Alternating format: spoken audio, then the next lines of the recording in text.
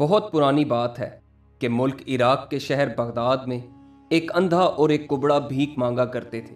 کبڑا اس شخص کو کہتے ہیں جس کی کمر جھکی ہوئی ہوتی ہے۔ ایک دن دونوں بھیک مانگنے کے لیے اپنے اپنے گھر سے نکلے کہ ایک چوراہے پر ان کی ملاقات ہو گئی۔ اندھے نے صدا لگائی، خدا کے نام پہ کچھ اس اندھے کو دیتے جاؤ۔ دوسری طرف کبڑے نے بھی بآواز بلند کہا، اور ساتھ ساتھ اس کبڑے پر بھی مہربانی کرتے جاؤ۔ اندھے نے جب اپنے ساتھ والے شخص کی آواز کو سنا تو اپنی موٹی لاٹھی کو زور سے زمین پر مارتے ہوئے کہا، کون ہو بھائی تم؟ کیوں میری روزی روٹی پہ لات مارنے آ گئے ہو؟ جاؤ کہیں اور جا کر بھیک مانگو، یہ جگہ میری ہے اور میں سالوں سے یہاں مانگتا آ رہا ہوں۔ کبڑے نے جواب دیا، یہ ساری دنیا خدا نے سب کے لیے بنائی ہے، تم کون ہوتے ہو مجھے یہاں سے بھیجنے والے؟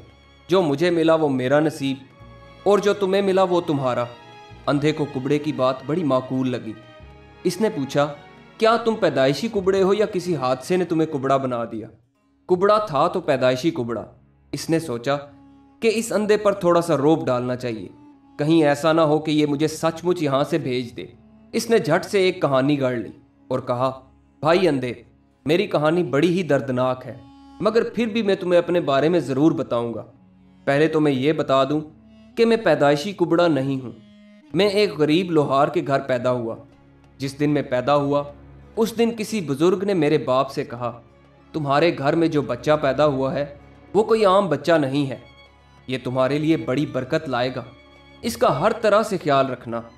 جب تک یہ صحت مند رہے گا اور سر اٹھا کر چلتا رہے گا تو اس کی برکت سے تمہارے آگے پیچھے دولت کی ریل پیل ہوگی۔ اسی دن میرے باپ کو ایک بہت بڑے تاجر کی طرف سے ایک پیغام ملا، جس میں میرے باپ کو ایک بہت بڑی مالیت کا سامان بنانے کی پیشکش کی گئی۔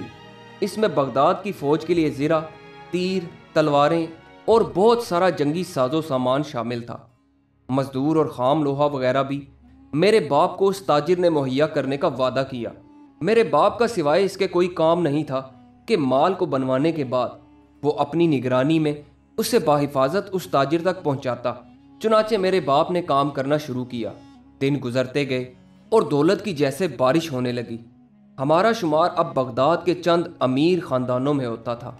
رفتہ رفتہ میں بھی جوانی کی عمر کو پہنچ گیا۔ میرا باپ میرا ہر طرح سے خیال رکھتا تھا۔ اسے لگتا تھا کہ یہ ساری دولت میری ہی برکت کی بدولت ہے، لہٰذا وہ مجھے گھر سے باہر نہ نکلنے دیتا۔ کچھ ہی عرصے بعد میری ماں کا انتقال ہو گیا۔ اس کے بعد سے تو میرے باپ نے میرا اور بھی زیادہ خیال رکھنا شروع کر دیا۔ ایک روز جب میرا باپ سامان تیار کروا کر اس تاجر کو پہنچانے کے لیے گھر سے نکلنے لگا تو میں نے ضد پکڑ لی کہ میں بھی ساتھ جاؤں گا۔ میرے بے حد اصرار کرنے پر میرا باپ راضی ہو گیا اور چند ایک سپاہیوں کو لے کر میرے ساتھ روانہ ہو گیا۔ راستے میں کچھ ڈاکوؤں نے ہم پر حملہ کر دیا۔ ہم سب بڑی بہادری سے ان سے لڑے، مگر ان ڈاکوؤں کی تعداد ہم سے زیادہ تھی، لہٰذا ہمیں شکست ہو گئی۔ میرے باپ کا اس لڑائی میں انتقال ہو گیا، مگر میں وہاں بے ہوش پڑا رہا۔ شاید ڈاکوؤں نے مجھے مردہ سمجھ لیا تھا۔ جب میری آنکھ کھلی تو دیکھا کہ سامنے ایک فقیر بوڑھا بیٹھا تھا۔ دراصل اسی نے میری جان بچائی تھی۔ کچھ ہی دنوں میں چلنے پھرنے کے قابل ہو گیا، مگر اس چلنے پھرنے میں ایک نمایاں تبدیلی تھی۔ اس لڑائی نے مجھے کچھ ایسے زخم دیے کہ میری کمر جھک گئی اور میں کبڑا ہو گیا۔ میں اب روزانہ اس بوڑھے فقیر کے ساتھ مانگنے چلا جاتا۔ شروع میں بہت شرم محسوس ہوئی، مگر آہستہ آہستہ یہ شرم بھی جاتی رہی۔ بزرگ نے شاید ٹھیک ہی کہا تھا کہ جب تک میں تندرست رہا تب تک میں دولت مند رہوں گا، مگر حالات نے ایسا پلٹا کھایا کہ میں امیر سے فقیر ہو گیا۔ چنانچہ میں اسی فقیر کے جھونپڑے میں رہنے لگا، سارا دن اس کے ساتھ بھیک مانگتا۔ اس نے مجھے بھیک مانگنے کے نت نئے طریقے سکھائے۔ کچھ ہی عرصے بعد وہ بوڑھا فقیر بھی چل بسا اور اب صرف میں تھا اور میری فقیری تھی۔ ان ڈاکوؤں نے میرا باپ اور میری قسمت دونوں کو مجھ سے چھین لیا۔ کبڑا اپنی جھوٹی کہانی سناتے سناتے زاروں قطار رونے لگا۔ اندھے نے اس کا کندھا تھپتھپا کر اسے حوصلہ دیا۔ اس کے بعد کبڑے نے اندھے سے پوچھا، بھائی میں نے تو اپنی آپ بیتی سنا دی، اب تم بتاؤ، کیا تم پیدائشی اندھے ہو یا تمہیں بھی کوئی حادثہ پیش آیا تھا؟ اندھا بھی مادرزاد اندھا تھا، یعنی پیدائشی اندھا، مگر اس نے بھی سوچا کہ اگر میں نے اسے بتا دیا کہ میں مادرزاد اندھا ہوں اور سرے سے ہی بھوکا ننگا ہوں تو شاید یہ مجھے دبا لے۔ اسے کوئی ایسی کہانی سنانی پڑے گی کہ یہ میرے نیچے دب کے رہے۔ اس نے جھٹ سے جواب دیا، نہیں، میں پیدائشی اندھا نہیں ہوں۔ یہ کہتے ہوئے اس نے اپنا منہ تھوڑا سا افسردہ کر لیا۔ کبڑے نے پوچھا، تو بھائی کیا ہوا تمہارے ساتھ؟ مجھے بتاؤ، شاید میں تمہارا دکھ بانٹ سکوں۔ اگر تم اصرار کرتے ہو تو چلو میں تمہیں اپنی کہانی سنا دیتا ہوں۔ دراصل میں ایک امیر تاجر کا بیٹا ہوں۔ میری ماں میرے بچپن میں ہی انتقال کر گئی تھی۔ میرے باپ کے علاوہ اس دنیا میں میرا کوئی نہیں تھا۔ میرا باپ شاید بغداد کا سب سے امیر آدمی تھا، اتنا امیر کہ خلیفہ بھی میرے باپ کے پاس آتے جاتے رہتے تھے۔ بڑے بڑے لوگ میرے باپ کے لیے سامان لاتے تھے۔ جو بھی تاجر میرے باپ کے ساتھ کام کرتا تھا، اس کی قسمت بدل جاتی تھی۔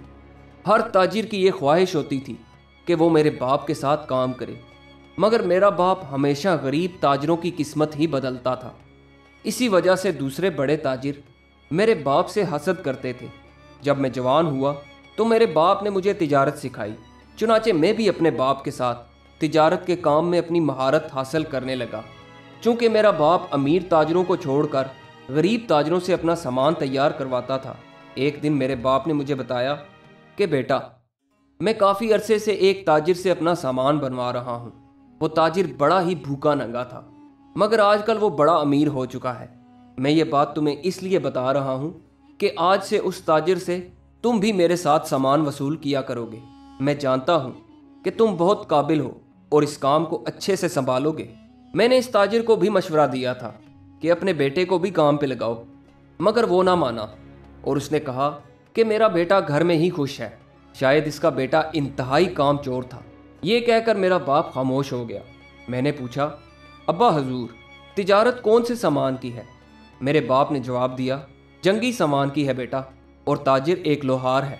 اندھا یہ کہتے ہوئے بے ایمان سی ہنسی ہنسا۔ کبڑا دانت بھینچتے ہوئے بولا، اچھا آگے کیا ہوا؟ آگے یہ ہوا کہ ایک دن میرے باپ نے کہا، بیٹا تیاری کرو، ہم لوہار سے سامان لینے جا رہے ہیں۔ ہم نے اشرفیوں کا تھیلا اٹھایا اور گھوڑوں پر نکل پڑے۔ جب ہم سامان وصول کرنے والی جگہ پر پہنچے تو دیکھا کہ لوہار کے قافلے پر حملہ ہوا ہے اور سارا مال بکھرا پڑا ہے۔ کچھ ہی دیر بعد کوئی 20 سے 25 لوگ، جن میں سے کچھ امیر تاجر جو میرے باپ سے حسد کرتے تھے، ہاتھوں میں تلواریں اٹھائے ہم پر حملہ آور ہوئے۔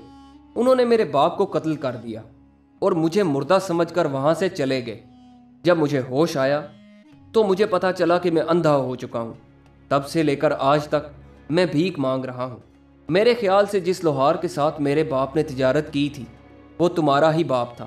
اگر اس دن ہماری ملاقات ہو جاتی تو امیروں کی طرح ملتے، مگر قدرت نے ہمیں کس حال میں ملایا، ایک کبڑا ہے اور دوسرا اندھا۔